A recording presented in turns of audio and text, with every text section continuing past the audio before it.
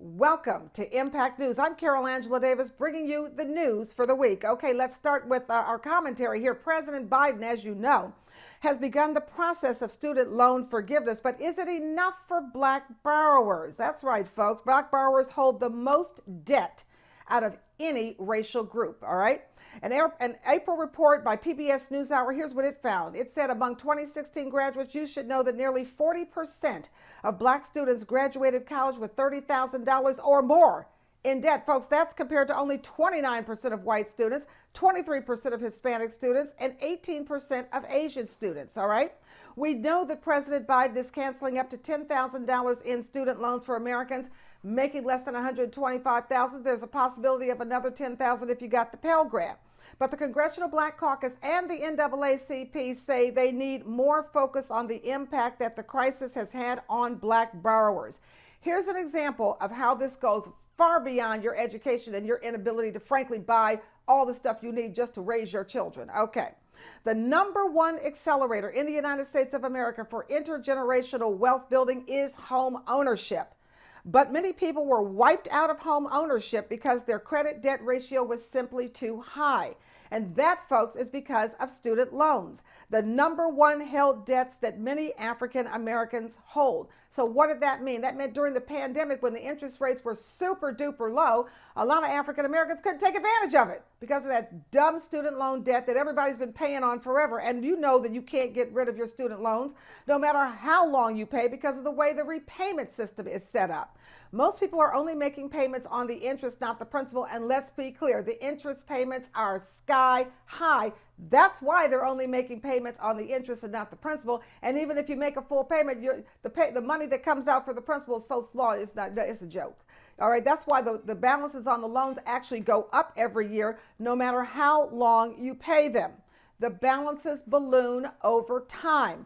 This then forces families into taking out plus loans for their children, which adds to their own debt. It is a vicious cycle, rinse, repeat. We're done with it, along with all the other silly stuff going on in this country. The NAACP adds this: we need to seek a different model so that we are not financing the future of our country on the backs of low-income students. That isn't fair. I quite agree. Let's stay on the student loan thing. Everybody stay at the table. We have to get more of the money. We have $50,000 at a minimum should be forgiven. And if you ask me, all of the student loans from African Americans who have suffered under racism for so long, we can't even count the number of years.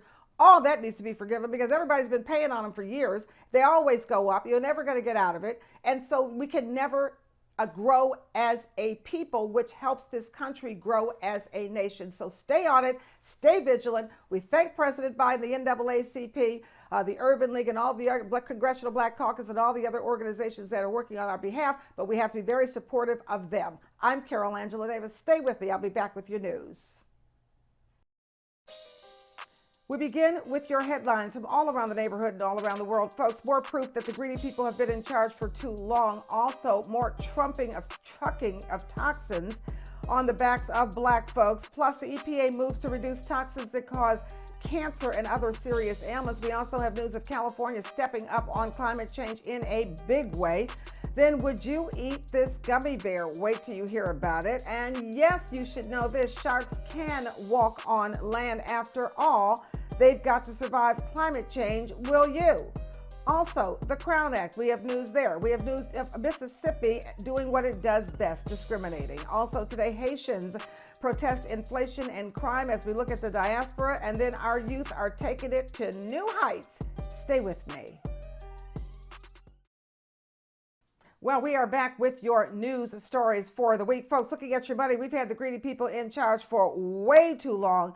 So long that the American dream is now out of reach even for high earners. We're talking about the American dream of home ownership, okay? The cost of a house is rising faster than everyone's salary now, it seems. A recent analysis found that home values have skyrocketed 118% since 1965, folks.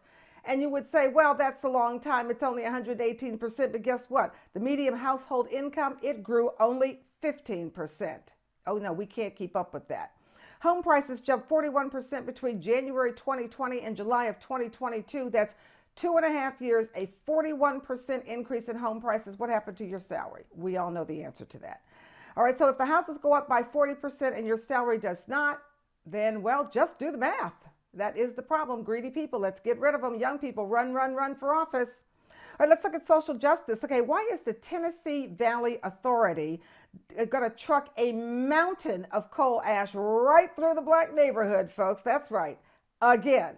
Yeah, again, okay? It's happening in South Memphis, which already faces heavy industrial pollution. We're talking about nearby oil and gas refineries.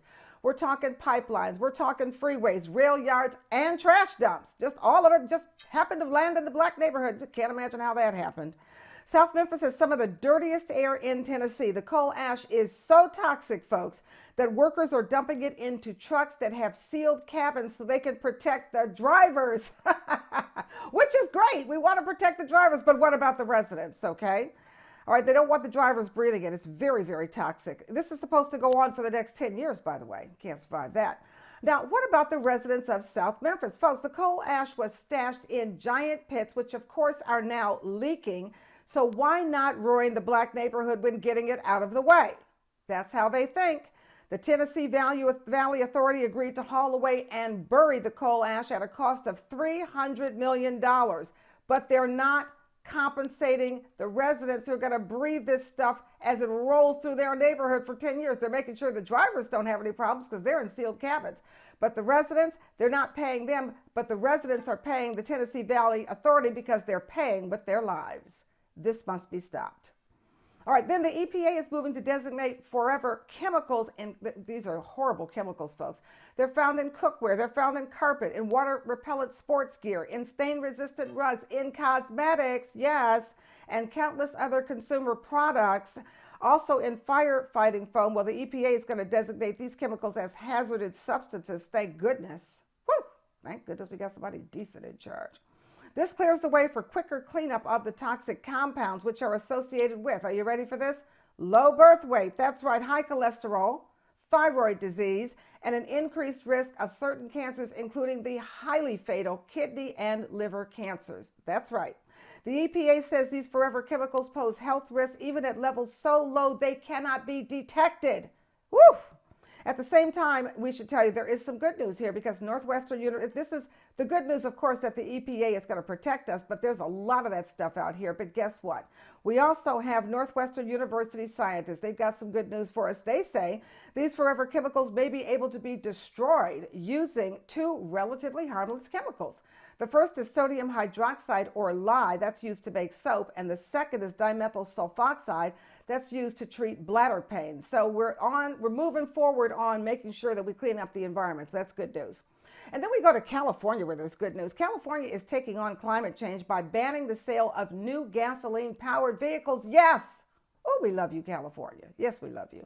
The objective is to stop the sale of all new gasoline vehicles by 2035. That means that 35% of the new passenger vehicles sold in California by 2026, folks, must produce zero emissions. All right, that number goes to 68% by 2030 and ultimately 100% by 2035. California now the first in the world, yes, the first in the world to mandate zero emission vehicles on its roads. We love it. This move is also expected to cut greenhouse gas emissions by more than a third in California, which is the nation's most populous state. And that's not all California is doing to save all our lives. Another climate move in California, because there you can get paid to remove your grass and help the climate. The Metropolitan Water District serves 19 million people in Southern California, so it's now paying $2 per square foot of grass that you pull out. And FYI, you should know that keeping your lawn grass alive requires up to 75% of just one household's water. So there are things we can do. Let's get popping, baby. We got to save this planet for these kids. That's right. Also, would you eat gummy bears? Oh yeah, this is kind of wild. Would you eat gummy bears that are made from recycled wind turbine blades? You heard me correctly. Apparently, researchers at Michigan State University made a composite resin for the blades, which produces potassium lactate. Now, that can be made into sweets and sports drinks, including gummy bears. Wind power is one of the dominant forms of renewable energy, so we do have to tackle this issue. Also today, what would you do if you saw a shark walking on land in order to survive climate change. I know one thing, you better get busy doing something to survive it. If the sharks are walking, yes, it's so serious out here that sharks are literally walking on land to survive. All right, apparently the carpet shark can spend up to 2 hours out of water using its paddle-shaped fins to survive warming in the Pacific Ocean. It's too hot. They got to get out of the water and walk on land to cool down. And guess what? The shark can walk 98 feet. Oh my goodness, great. This is what I say. Climate change is turning some animals into monsters. We know it's turning some people into monsters, but animals too. All right, let's look at our laws. Massachusetts is the latest state to enact a version of the Crown Act, people. That's right. The Crown Act keeps employers from treating black hairstyles and textures as unprofessional. So far, 18 states have already adopted a ban on hair bias. The next is Louisiana. Its ban on hair bias took effect August 1st. Also, we should tell you that Alaska's bill is waiting on the governor to sign it. What about your state? Let's get it done, folks. Plus, the U.S. Fifth Circuit Court of Appeals is allowing a provision of the 1890 Mississippi Constitution, a provision that is designed to keep African Americans from voting. You know Mississippi, folks, they don't disappoint, okay? They are going to let that remain in place just to make sure you can't vote. The provision places a lifetime ban on voting in most instances on people convicted of certain felonies. Which felonies, you say? Ha ha. Crimes that the framers of the 1890 state constitution said black Mississippians were more likely to commit. This is why there's a problem in Mississippi, because we cannot have people who cannot critically think and who are motivated by the wrong thing. We can't have them in charge. They're in charge in Mississippi, and they're worried about whether or not somebody should keep people from voting. That's what they're worried about. They need to be worried about that water in Jackson, Mississippi. These people, if y'all don't vote them out of office, there's something wrong with you. They are completely bonkers and inept. Who ever heard of a city not having any drinking water? Doesn't even make sense. All right, let's move on. Let's look at the diaspora from Haiti, where people are protesting there. They are demanding the ouster of the prime minister. Thousands of protesters in Haiti's capital and other major cities. Folks, they blocked roads, shut down businesses. Oh, yes, they did. And marched through the streets to demand the ouster of the prime minister, whose name is Ariel Henry. They want him to step down. Violence and kidnapping have surged since last year's assassination of President Moise. You remember that. Poverty also has deepened, with inflation reaching 29%. And prices on some of the basic goods are just enormously high. Think about rice, and the price of rice quadrupling. I mean, it's just ridiculous. Gasoline remains scarce, and if available, folks, how about $15 a gallon for gas? Can't go anywhere. Oh, it's a mess. All right, let's move on. The United Way has its first African-American leader. Her name is Angela Williams. She's the president and CEO. Just thought you might like to know that. She's a former Air Force attorney and former head of Easter SEALs. Also today, 17-year-old Christopher Ballinger from Washington, D.C. He's now one of the youngest black pilots in the United States after recently earning his pilot's license. And you should know he started out in the Air Force Junior ROTC Flight Academy program. So make a note of that for your kids. He dreams of flying military planes someday. How wonderful. And then 16-year-old African-American teen Antoine Hughes Jr., he's from Winston-Salem, North Carolina. Folks, he is now the fastest, oh yes, 16-year-old in the United States of America. He set a new national record during the AAU Junior Olympics. Antoine finished the 100-meter dash in just 10.48 seconds. Go, Antoine! Those are your stories. I'm Carol Angela Davis. Stay with me. I've got Ask Dr. K, the International Report, Crypto Convos, Missing, and the Slay Word. We'll be right back. It is time, folks, for the Slay Word of the Week so you can level up your vocab. And the word this week is vociferous, V-O-C-I-F-E-R-O-U-S, vociferous. It is an adjective. That means it modifies or describes that noun. The origin is from 1700 from the Latin, and the definition is marked by vehement, insistent outcry. Okay? Let's use it in a sentence. The question of where to build the new parking garage downtown was the subject of vociferous debate. Here's another sentence. In his long business and political life, we know that anything that Donald Trump gave a vociferous rant against was exactly the opposite of what he was actually doing. When he vociferously ranted about the need to keep classified documents safe, folks, he was doing the exact opposite. We are so sick of him. Vociferous, that is your slave word of the week. It means marked by vehement, insistent outcry. Use it all this week and level up your vocab. Anyone who thinks that slavery ended in the 1860s with the signing of the Emancipation Proclamation are grievously wrong. If we caught a bird, we ate through the feathers and ate the bird. We didn't have nothing to cook on. We didn't have no stove.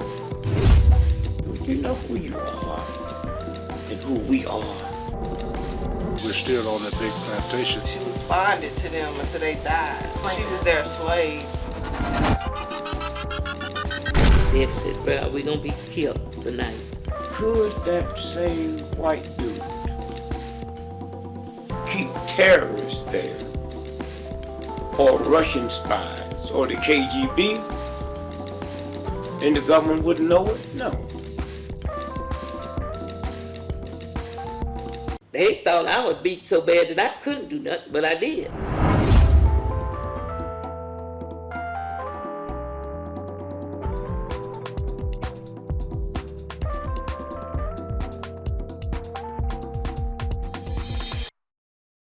Where are you? We are looking for you, and with the community's help, we will find you, Lashaya Stein.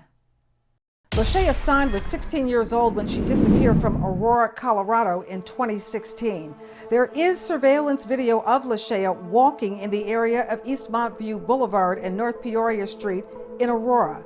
Lashaya was seen during the early hours of July 15, 2016. She was wearing a black V-neck shirt, black stone-washed jeans, and a silver watch on her left arm. She also has a round scar on her chest. There is a $15,000 reward in Lashaya's case. Call Crime Stoppers with any information to help us find Lashaya Stein. Where are you? We are working to find you, and with the community's help, we will. We're back at you with the International Report, and we're here with Dr. Inyang Ebong-Harstrup. Hey, Eni, how are you? I'm fine, Carol. How are you? Well, I'm good. Just hoping that the world is not as crazy as we think it is it? Well, my story today is not a great one. We're spending excessive amounts on arming ourselves. I have a report from the Stockholm International Peace Research Institute that was published, and it's saying that the world military spending tops 2 trillion for the first time in 7 years. They've been recording this expenditure, and the first time in 7 years it's topped 2 trillion. And it's reached the 2 trillion mark. And who are the offenders? The United States, China, India, Russia, the United Kingdom. And together, these 5 powers account for 62% of the global expenditure, according to this new data that's been published. Russia, of course, we know they invaded Ukraine, and their spending has just gone up by 2.9% to the 3rd year of consecutive growth, and it's now 65.9 billion. And on we go. The countries in Europe, in NATO, they are increasing their weaponry. And you know, the United States outstripped any other nation with 801 billion. It actually went down somewhat, but still it outstrips everybody else. China, the world's 2nd largest military spender, at an estimated 293 billion, boosted its expenditure by 4.7% for the 27th straight year in a row. So you see, these countries are just increasing and increasing and increasing. And you know, Carol, with this much military hardware in the arsenal, it has to be used. That's all I'm going to say. It has to be used. And therein lies the thing. It has to be used. So war. It's just really, really unfortunate. Well, thank you so much, Dr. Inyang Ebong-Harstrup, with your international report. And we'll see you next week. I'm Carol Angela Davis. I'm just sick and tired of us not spending time together lately. I know, baby. I know. I'm sorry I've been spending time with you. I've been working on this big deal. It's gonna bring a lot more money to the household for it. What you doing here, boss? Yeah, just checking to see if you still got it. You take this work, your partner. I don't want it back. I've seen the movies, man. I know how this goes. You see the movie, huh? You see Goodfellas, New Jack City. Everything I do is for you. Like, I just need a little bit more time, man. Fine bullshit. Like I said, he's gonna call any second. Okay, let me ask you this. Why don't you take a look at this video? Guess what? It's starring you.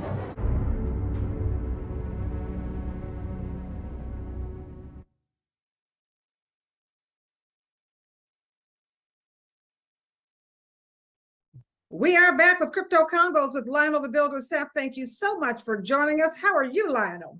I'm good. As always, thanks for having me. And this week, I just wanted to talk a little bit about the current state of the market. As far as September goes, September 1st, this is Bitcoin's historically low September since 2020. It actually hasn't been this low. So we could be looking at an amazing buying opportunity if Bitcoin does weather the storm and end up being a long-term financial asset once regulation comes into play, once the government comes and gets these exchanges in order, gets the rules set up to where they can prosecute losses. We may be looking at, people buying now will be a lot happier than when it does reach the 100K that they have been prophesizing about since Bitcoin came out. A lot of the experts and cryptocurrency backers have always said that Bitcoin itself is digital gold, being that there's only a certain amount of Bitcoin that will be created. They say that once things do become stable, it will go up to 100K. So that's what a lot of us who are buying crypto are hoping for. A lot of the altcoins, the 10,000 other coins that you see out there, are not looking well. Most of them are down 20%, 30%, some even 50 and 60 since their previous all-time high when Bitcoin was at 65,000. So you have to remember Bitcoin is now at 20,000 compared to that 65 just a couple months ago, just 2 months ago. So it's the lowest that it has been since 2020 right now. That's amazing. But that's the way it is. I mean, as you said, the regulation will help kind of smooth and even the market out and keep the scammers out of the market. We know they're in there because they're in everywhere where there is to make money. Thank you so much. Lionel the Builder Sapp, that's your crypto convo for the week. We got you covered all week long. Every week we tell you what's going on in the crypto market so you can make your own buying decisions based on your own research. Thank you, Lionel. Thank you. Thanks for joining us, and we'll be right back. Stay with me. We are back with you, closing out the show. I am Carol Angela Davis, as you know, with Dr. K, who's with us every week to help you live a longer, healthier life. Welcome, Dr. K. Thank you. Thank you so much for having me. Last week there was an article published in Men's Health magazine, and the subject was male infertility and what a lonely world it is out there, because most of the research done on male infertility is not done on African American men. But guess what? Our rates of infertility are increasing. Male sperm counts are decreasing at a much higher rate than other groups around the globe. Very, very sensitive subject, and a subject not researched for us. So I always talk about food as our medicine, avoiding an inflammatory diet, which is an animal-based diet, and embracing a whole foods plant-based diet is very good for our health, and it turns out very good for male fertility. One of the biggest components of reasons for a decreased sperm count and decreased sperm motility is dietary causes, inflammatory diseases. These are diabetes, obesity, hypertension, all kinds of autoimmune diseases that we get, and we get them at a very young age. These sometimes can be controlled by what we eat. Another big cause of male infertility are environmental toxins. Sometimes we can't control where we live. These are the pesticides, many of which have been banned in the US, but they're in use all over the world. Another big reason for male infertility is smoking. Believe it or not, yes, smoking cigarettes, smoking marijuana, huge cause of male infertility. So people, we are what we eat, we are what we do. After all, We're animals. So therefore, we have to behave as animals do. What we put into our bodies is tremendously important. We'll discuss more whys and more research next week. Thank you so much for having me.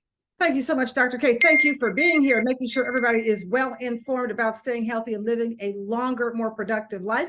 I am Carol Angela Davis. This is Impact News. We close the show out every week with your health in mind with Ask Dr. K. And we'll see you next week for another edition of Impact News. Thanks, Dr. K. Thank you. See you next week.